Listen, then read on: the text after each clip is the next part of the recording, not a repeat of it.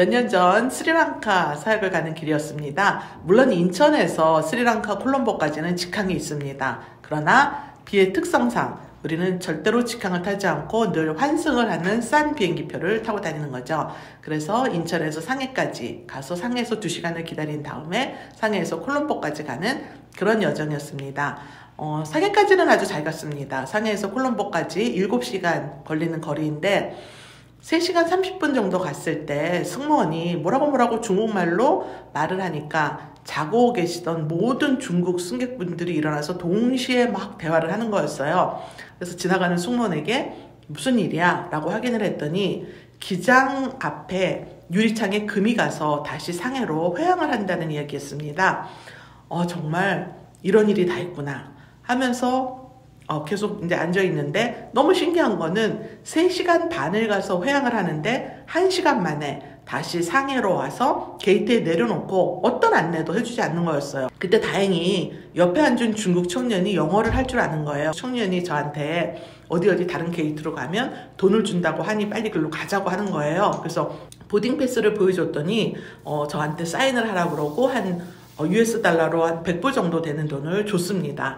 와이파이를 연결을 해서 콜롬보에 나를 마중 나오기로 한 선교사님에게 비행기가 이렇게 늦게 갑니다 라고 얘기를 하고, 그리고 위층을 봤더니 2층에 스타벅스가 있는 거예요. 그래서 이제 돈도 생겼겠다. 커피도 마시고 먼저 몇 시간이 지난 후에 다시 비행기가 출발해서 콜롬보에 새벽 3시에 도착을 했습니다.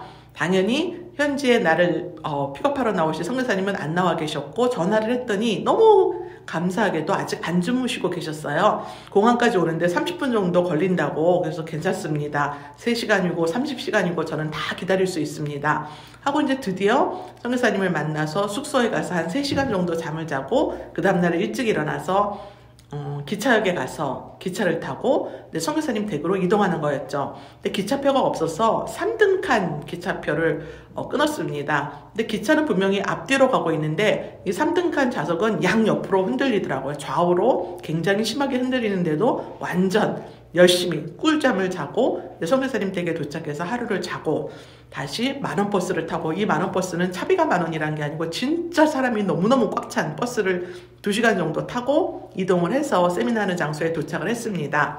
2주 정도 이제 세미나를 또 은혜 가운데 진행을 했습니다. 근데 그 지역이 춥다고 그 콜롬보에 계신 선교사님이 패딩을 가져오라고 저한테 했는데, 제가 또 조선교사님한테 패딩 가져가는 거 맞아요 했더니 조선교사님이 패딩까지 가져갈 필요 없다고. 그래서 제가 안 가져갔습니다. 여기서 중요한 교훈이 하나 있습니다. 세상에 믿을 사람은 한 명도 없다. 네, 정말 추워서 죽는 줄 알았습니다. 너무 추워서 딱 봤더니 게스트하우스에 큰 타올이 있어서 그 타올을 어깨에 두르고 다녔습니다.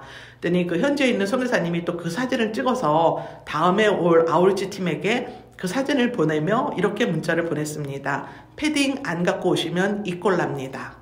그래서 제가 또 이렇게 한번 모델을 한 타올을 두르고 다니는 사진으로 롤 모델이 된 경우가 있었습니다.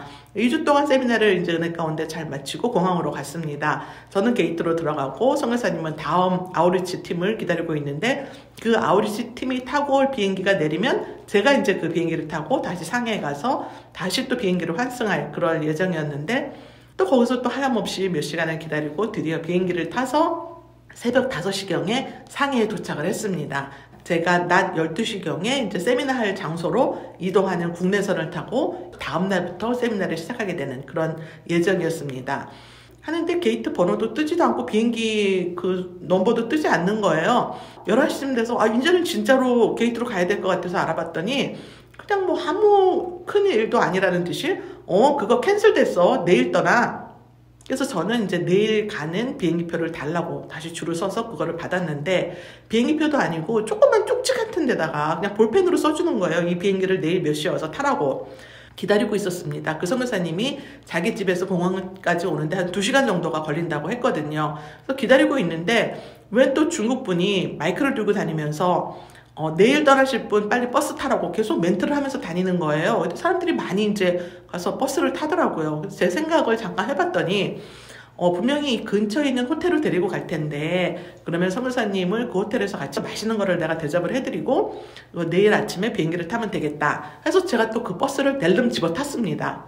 뭐라고 또 이제 안내를 해주는데 국내선이니까 다 중국말만 하는 거예요. 그래서 또 제가 여기 중국말 못하는 사람 하나 있습니다. 영어로 해주십시오. 근데 그 아저씨가 No English 한마디로 딱 끝. 그래서 어쨌든 이제 저는 이제 뭐 한 5분 10분이면 가겠지 하고 앉아있는데 웬걸 30분 40분 계속 달리는 거예요. 버스가 어디 시골 같은 데로 막 가는 거예요.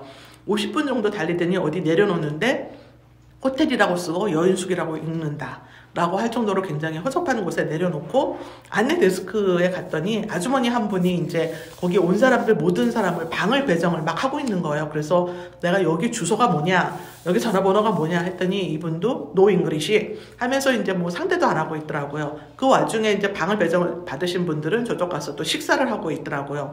그래서 큰일 났다. 이 선교사님은 공항으로 가고 있을 텐데 하고 이렇게 막 봤는데 그래서 이제 밖에 나와서 그 간판하고 명함이 있길래 명함을 사진 찍어서 선교사님한테 이제 발송을 하고 근데 그 A국은 핸드폰 요금도 선불입니다. 선불로 하면 그거만치 핸드폰을 쓸 수 있는데 핸드폰에 넣는 돈이 없는 거예요. 그래서 이 선교사님은 저한테도 거는 건 이제 국제전화가 되니까 전화를 못 걸어서 제가 또 이제 전화를 했습니다. 제가 이리 해갖고 여기로 와 있습니다. 일로 저를 데리러 오시면 됩니다. 했더니 거의 공항에 다 와가는 그런 시간이었어요. 그러면서 이 선교사님이 말씀을 얼마나 예쁘게 하시는지 권사님 아무 걱정하지 마세요. 조금만 기다리세요. 제가 금방 갈게요. 제가 금방 갈 수 있어요. 근데 제가 버스 타고 한 50분 왔는데 어떻게 금방 와요? 그래도 말을 그렇게 예쁘게 해주시는 거예요.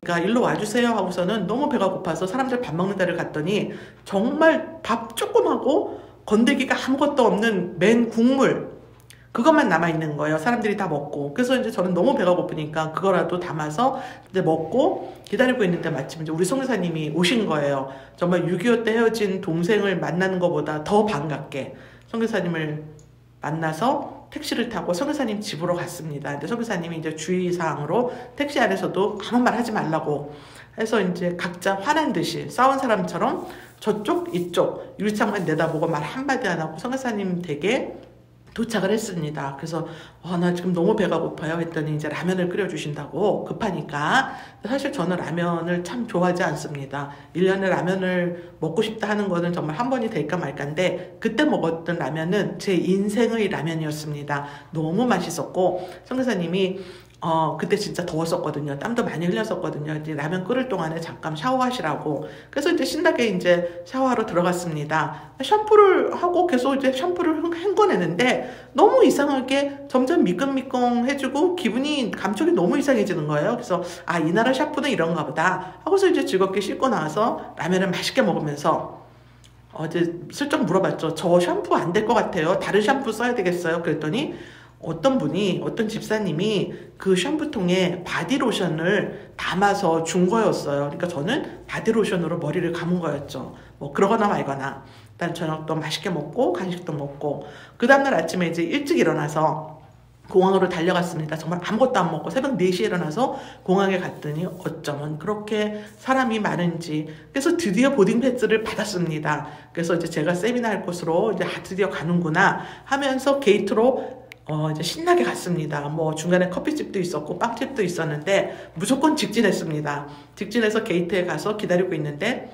분명히 타야 될 시간인데도 아무 연락이 없더니 이제 쪽지 하나가 또 붙습니다. 딜레이 된다고, 연발한다고. 정말 사람들한테 얘기하고 싶었습니다. 이거 나 때문에 그럴 거예요. 내가 요나의 그 심정이 이해가 되더라고요. 나 때문에 그럴 거예요. 여러분 죄송합니다라는 생각이 정말 여기까지 탔는데 문제는 이건 국내선이라서 중국말로만 안내합니다. 저는 이제 한마디도 못 알아듣기 때문에 이거를 못하면 큰일입니다. 근데 딱 봤더니 노란 색깔, 아주 밝은 노란 색깔 티셔츠를 입은 키 큰 중국분이 한 분 계셨어요. 아저씨였어요. 저는 그 사람만 눈치채지 않게 계속 그 사람만 쳐다봤습니다. 그 사람이 화장실을 가면 저도 화장실로 가서 남자 화장실 앞에서 기다리다가 다시 게이트로 왔고 근데 드디어 이제 한두 시간 기다리니까 이분들하고 또 주위에 몇 분이 갑자기 막 다른 게이트로 이동하더라고요. 그래서 또 저도 불이 다른 게이트로 이동을 해서 드디어 비행기를 타고 낮 12시쯤에 세미나를 하기로 한 그 장소에 공항에 도착을 했습니다. 12시에 도착을 해서 중간에 점심을 먹고 2시부터 드디어 세미나를 시작을 했습니다. 그래서 일주일 동안 너무 또 은혜스럽게 세미나를 잘 마치고, 그러니까 총 3주간의 사역을 잘 마치고 인천에 도착을 해서 집에 가는 차를 탔습니다.